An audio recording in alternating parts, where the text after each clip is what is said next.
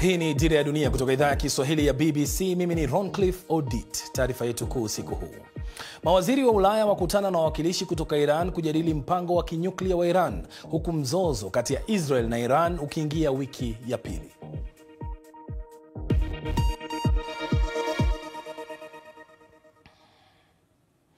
Mawaziri wa kigeni kutoka Uingereza, Ujerumani na Ufaransa wamekutana na waziri wa kigeni wa Iran Abbas Araghchi jijini Geneva hii leo.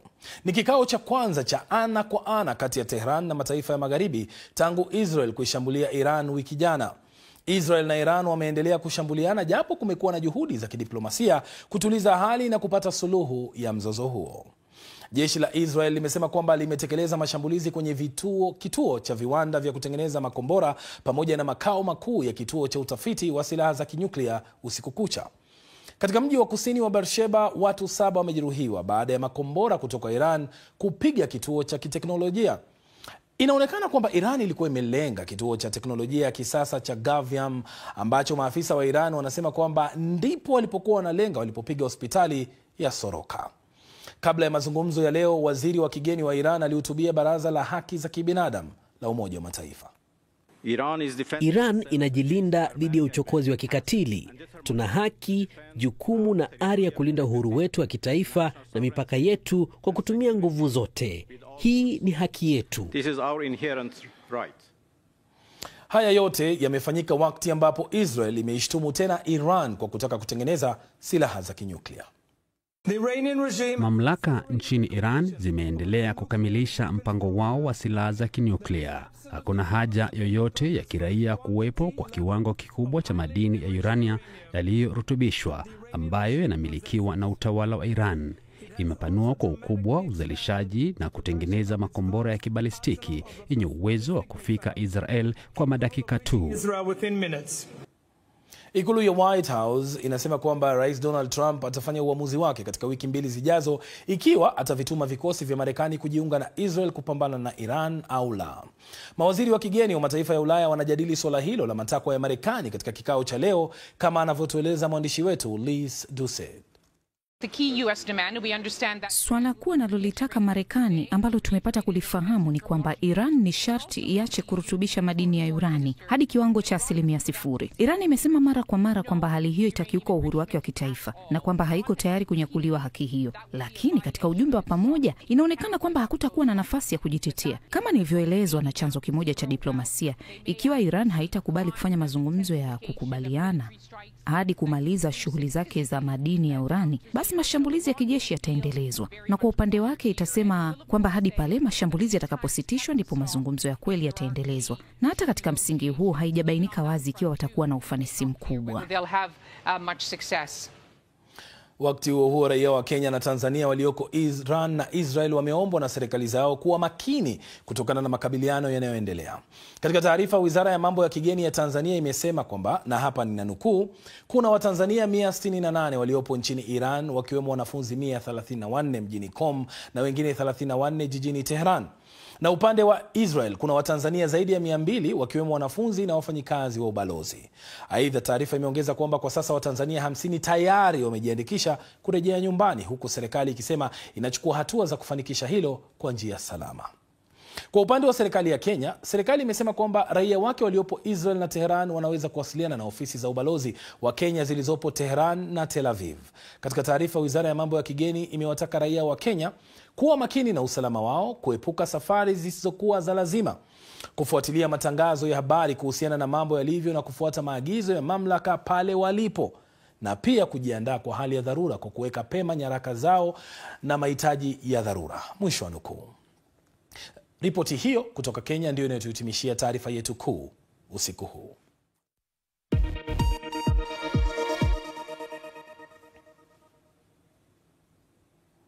Tuelekee nchini Rwanda sasa, kwenye kambi ya wakimbizi ya Mahama ambako kulifanyika tamasha la ngoma za vikundi mbalimbali vya wakimbizi kutoka Sudan na Burundi, ikiwa ni sehemu ya kuadhimisha siku ya wakimbizi duniani. Waandalizi wa tamasha hilo wanasema kuwa siku hii ni fursa nzuri kwa wakimbizi kusherehekea utamaduni wa nchi wanakotoka licha ya matatizo wanayokumbana nayo kambini. Rwanda inahifadhi zaidi ya wakimbizi 130,000, wengi wao wakiwa kutoka DRC, Burundi na Sudan. Mwandishi wetu Yves Buchana alihudhuria tamasha hilo. Wapiga ngoma wa Burundi maarufu Abatimbo walijionyesha vyema kwenye tamasha hili. Kumekuwa pia na vikundi vingine tofauti vya densi za kina mama kutoka Burundi pamoja na vijana wanaopiga densi maarufu Intore, huku wengine wakitumia ala za kienyeji katika kutumbuiza mashairi. Mvukie Patrick, mpiga ngoma wa Burundi, alijizolea sifa tele. Hizi ngoma popote zilipo zinatukumbusha nchi. Mara nyingi unaona jinsi zilivyo. Pia zina bendera ya Burundi. Tunapozicheza zinafanya mioyo yetu kulegea. Tunazicheza kwa vicheko na kwa furaha na kuonyesha utamaduni wa nchi yetu. Tunafanya hivi na hawa watoto wetu. Unaona, tunawafundisha pia ili utamaduni wetu uweze kustawi popote tulipo. Kabla ya kutumbuiza, huwa anaangalia hapa na pale mitandaoni kuona ikiwa kuna mambo mapya yanayoweza kuongeza ladha kwa mitindo yake. Tamasha kama hili kwa wakimbizi kuonyesha tamaduni mbalimbali hapa kambini ni fursa muhimu kwa walio wengi kutabasamu, licha ya kwamba wanakabiliwa na matatizo chungu nzima yanayosababishwa na hali ya kuwa ukimbizini. Sudan ni miongoni mwa nchi zenye wakimbizi hapa Rwanda. Kundi lao lilionyesha densi za utamaduni wao licha ya matatizo wanayosema kwa kabili kambini.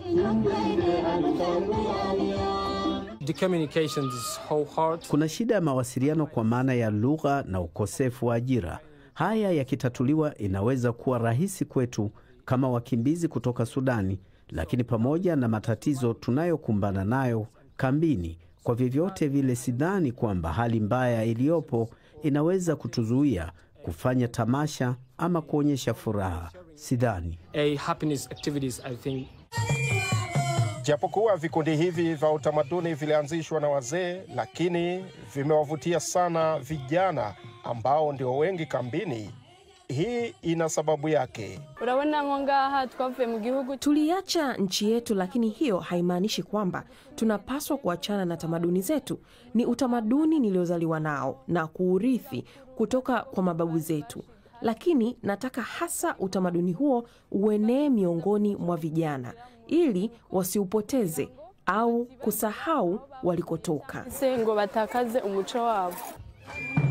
Waandaji wa tamasha hili wanazingatia sana siku hii ya kimataifa ya wakimbizi, kuwa lengo ni kuwaepusha wakimbizi kuwa na huzuni inayoweza kutokana na kupotea kwa utamaduni wa nchi zao. Inawasaidia kutosahau utamaduni za nchi walizotoka. Wengi wao wamekaa hapa kwa miaka 20 na wengi wanajifungua hapa kambini. Inasaidia watoto wetu kukua wakijua utamaduni wa nchi walikotoka. Ndio maana ukipoteza utamaduni, unapoteza kila kitu. Siku ya wakimbizi duniani inasherekewa huku wakimbizi katika kambi mbalimbali hapa Rwanda wakisema wanakabiliwa na changamoto kutokana na kupunguzwa kwa msaada wa chakula kutoka kwa shirika la mpango wa chakula duniani WFP. Ive Buchana, BBC. Hii ni Dira ya Dunia kutoka idhaa ya Kiswahili ya BBC. Tutakaporejea, ikiwa leo ni siku ya wakimbizi, tunaangazia hali yao hasa baada ya misaada ya chakula kupunguzwa.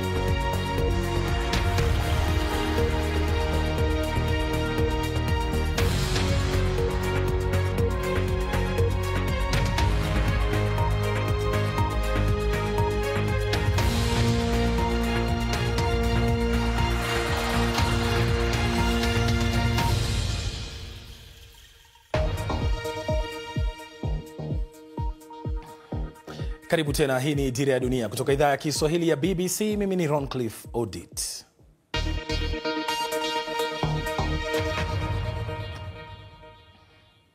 Sasa kama tulivyotaja hapo awali, leo dunia inaadhimisha siku ya wakimbizi chini ya kauli mbiu ya mshikamano na wakimbizi. Maadhimisho hayo yanafanywa huku takwimu zikionyesha kuwa idadi ya wakimbizi duniani imeongezeka hadi milioni 123. Shirika la misaada la World Vision limeonya kuwa watoto wakimbizi milioni 122 wako hatarini kutokana na kupunguzwa kwa misaada ya kibinadamu. Ripoti mpya inaonyesha kuwa zaidi ya nusu ya watu katika nchi zilizoathirika wanakabiliwa na njaa kali, huku watoto wakilazimika kuingia katika ajira hatarishi, ndoa za mapema na kuacha shule. Nchini Sudan Kusini pekee, asilimia 97 ya familia zimeripoti kushinda njaa kwa siku nzima kwa sababu hawana chakula. Sasa ili kufahamu zaidi kuhusiana na hili, mwenzangu Ahmed Bahaj amezungumza na Nancy Tamasha, ni msimamizi wa mipango katika shirika la Refugee linaloshughulikia wanawake na watoto wakimbizi, pamoja na Jamin Kusuania wa shirika la International Rescue Committee. Jamin ameanza kwa kuelezea kiini cha ongezeko la idadi ya wakimbizi. Mingi iliyopita, takriban miongo mitatu, tumekuwa na idadi kubwa ya watu ambao wengi ambao ni wakimbizi wa ndani kwa ndani, lakini kukiwa na takriban zaidi ya milioni 37 ambao wametoroka nchi zao na kuelekea nchi zingine. Nafikiri yaliyotendeka ni kwamba kumekuwa na majanga kadha wa kadha ambao yamefanya watu kuhama makwao. Vita sasa barani Afrika imekuwa ni changamoto zaidi ambazo zimefanya watu wengi kuhama. Lakini pia hali ya hewa, mabadiliko ya hali ya hewa, climate change, imechangia zaidi ya watu kuweza kufurushwa makwao. Nikija kwako Nancy, ufadhili pia baadhi ya wakimbizi umeanza kuwa tatizo kubwa na changamoto kubwa, hasa baada ule uamuzi wa Trump kwamba watasitisha ufadhili huo. Hili litawaathiri vipi katika shughuli zenu? Kuna afya, halafu tena tunaangalia elimu. Manake huo ufadhili pia ulikuwa unasimamia upande kubwa wa elimu.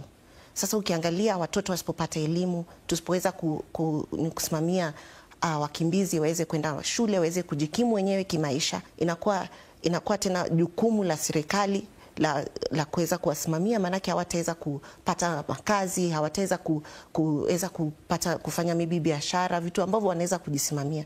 So naona tukiongea, nimesema afya, tumeongea kuhusu elimu, lakini pia nimeongea kuhusu kisaikolojia, manake tunaona hatutaweza kupatiana zile services ambazo zinahitajika. Ripoti iliyotolewa hivi majuzi pia na World Vision haswa katika kambi ya wakimbizi Sudan ni kwamba kuna ukosefu mkubwa wa chakula.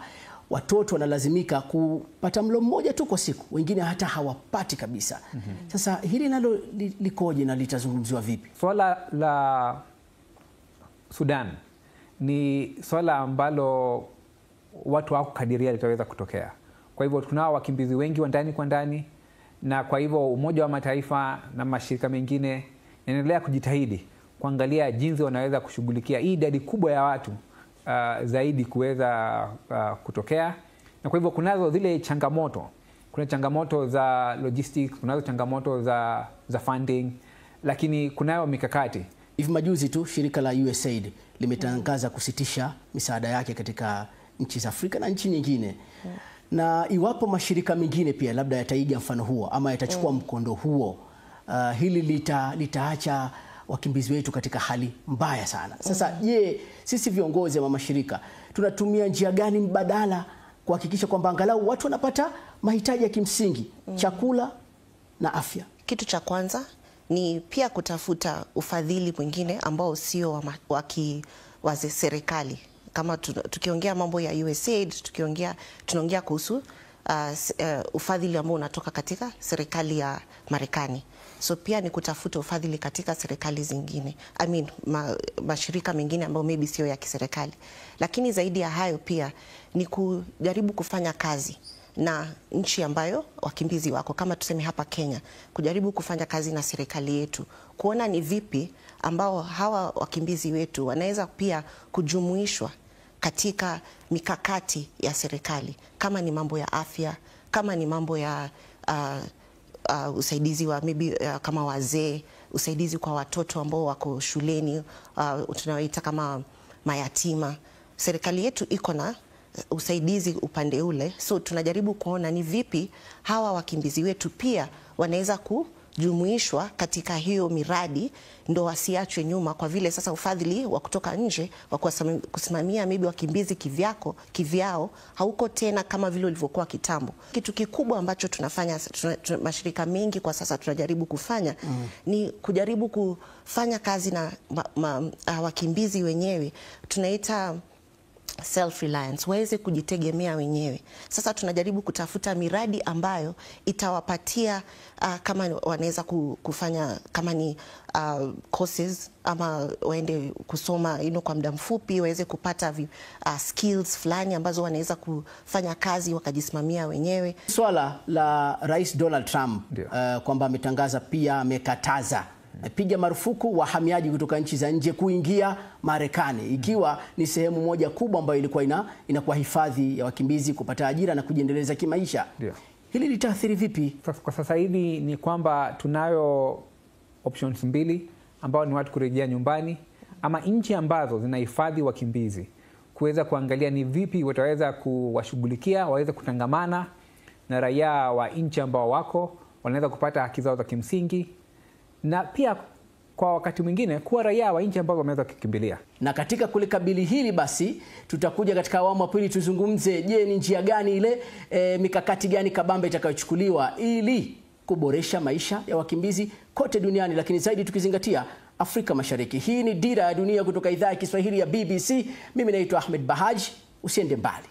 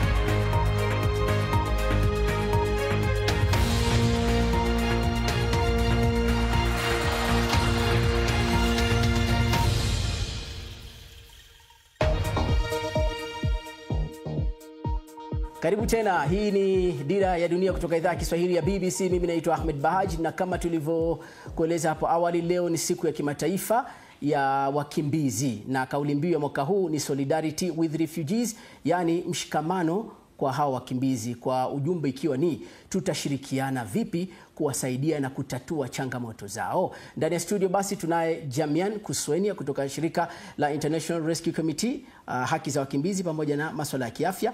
Alafu pia tunaye Nancy Tamasha kutoka kwa World Refugee, sio, ambalo ni shirika linasimamia masuala ya haki za wanawake, wakimbizi pamoja na watoto. Sasa turejee katika lile swala muhimu sana.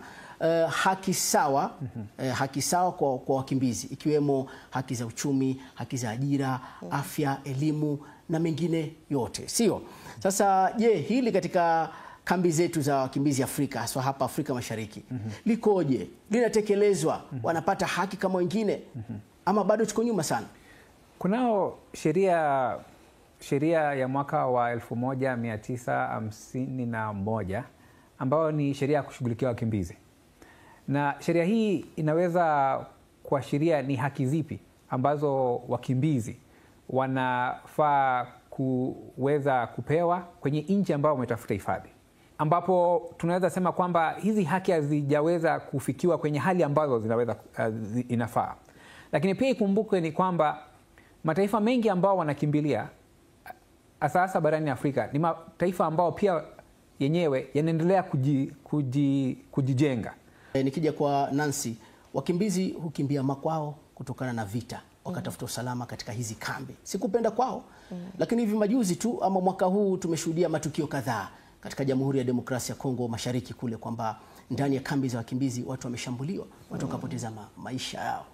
Sasa usalama wa wakimbizi unahakikishwa vipi? Wanalindwa vipi hawa wakimbizi katika kambi hizi?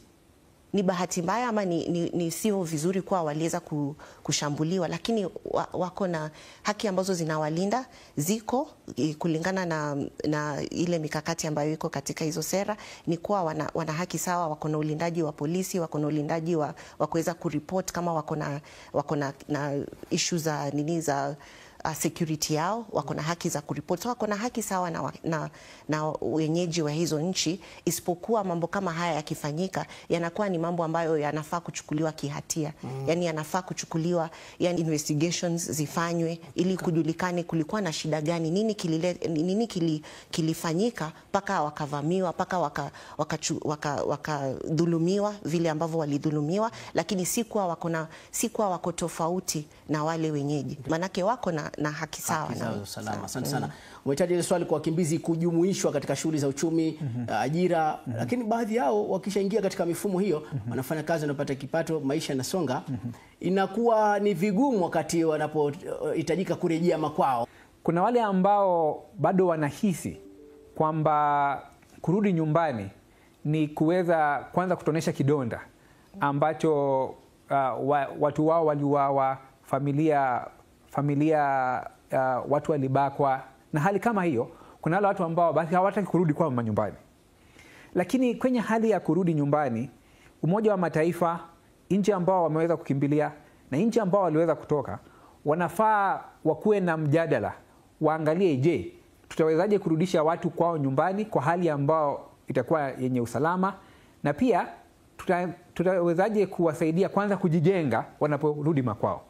Na idadi ya watu ambao wameweza kurudi makwao na kurudi tena kukimbia kutoka nje ambao wameweza kurudi nyumbani na kurudi tena kuwa wakimbizi. Ujumbe wangu kwa sana sana kwa kulingana ukiangalia dhulma ambazo zinawapata wanawake na ambazo zinawapata watoto, ukiangalia hali ya afya, maanake unaona wakati mwingine wanawake ni wajawazito, unapata hawezi kupata services kwa watoto, hawezi kupata, pengine wakati mwingi unapata kukiwa na vita wanaume ndo watauliwa. Kwa hivyo ile jukumu la kuangalia familia, la kuangalia watoto kielimu, kuhakimu kimaisha, unapata ni wanawake wanabaki na hizo shida nyingi. Hili tusiwasahau pia wale wahamiaji ambao wapo ughaibuni. Sana sawa kule Ulaya na Marekani pia nao wanalalamika ya kwamba kule haki zao pia hazingatiwi. Mfano kazi ni ngumu, masaa ni mingi, alafu ujira ama ajira ni mdogo sana. Wanafanyaje nao wakiwa kule mbali kabisa ya nchi zao? Nchi tofauti zinazo sera za kushughulikia wafanyikazi, na sera hizi ambazo zinashughulikia wafanyikazi wasiweze kudhulumiwa, pia watu ambao ni wahamiaji wameweza kutorokea huko, basi pia wanafaa kushughulikiwa. Na kwa hivyo ni kuhimiza nchi ambazo watu wameweza kwenda kufanya kazi ama kutafuta ajira kuweza kushughulikia hizi haki ambazo ni haki za kimsingi za binadamu. Na regional bloc kama African Union wataweza kuja na suluhisho zaweza kudumu kuweza kukabiliana na majanga kama haya. Iwapo tutapata mataifa kutoka ughaibuni kuja kutusaidia, basi itakuwa ni msaada tu tumepata. Lakini kama hatutashughulikia masuala yetu ya kisiasa, masuala yetu ya usimamizi, basi itakuwa ni ngumu kwenye miaka ijayo kuweza kupata hifadhi kwa mataifa mengine kutoka ughaibuni, na ni swala letu, ni jukumu la mataifa ya barani Afrika kuweza kushughulikia masuala kama haya. Asante sana German Kuswenia kutoka International Rescue Committee, alafu pia na Nancy Tamasha kutoka kwa shirika lile la Refugee kwa maelezo hayo, na nadhani ni hatua ambayo hatua kwa hatua tutafika pale ambapo tunataka, na mustakabali ni kuboresha maisha ya wakimbizi kutoka Afrika Mashariki, Afrika na ulimwengu mzima kwa jumla.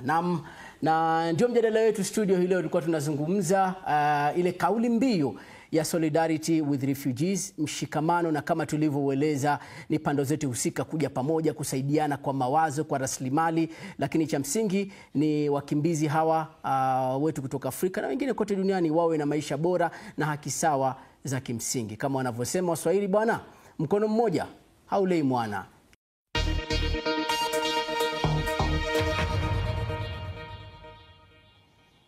Ni kweli, mkono mmoja haulei mwana. Shukrani sana Ahmed Bahaj kwa kauli hiyo. Na sasa tupie macho ukurasa wetu wa interneti ambapo kuna taarifa mbalimbali ikiwa ni pamoja na makala za michezo, picha pamoja na video, ikiwemo taarifa yetu kuu ya leo. Mazungumzo ya kwanza ya ana kwa ana kujaribu kusaka amani kati ya Israel na Iran yamefanyika huko Geneva, ambapo viongozi wa bara Ulaya wamekutana na viongozi kutoka Iran kujaribu kukwamua mzozo huu unaoendelea kwa sasa. Lakini pia kuna taarifa nyingine pale, Putin anasema tulitaka kuisaidia Iran katika ulinzi wa anga yao lakini wakapuuza. Na basi kufikia hapo niseme shukrani sana kwa wote ambao wamefanikisha matangazo juma lote hili. Mimi naitwa Roncliffe Odit, na kufikia hapo hatuna cha ziada. Kwa niaba ya wote wanasema shukrani sana na kutakia usiku usiokuwa na usumbufu wa mbu na wikendi ya kukata na shoka.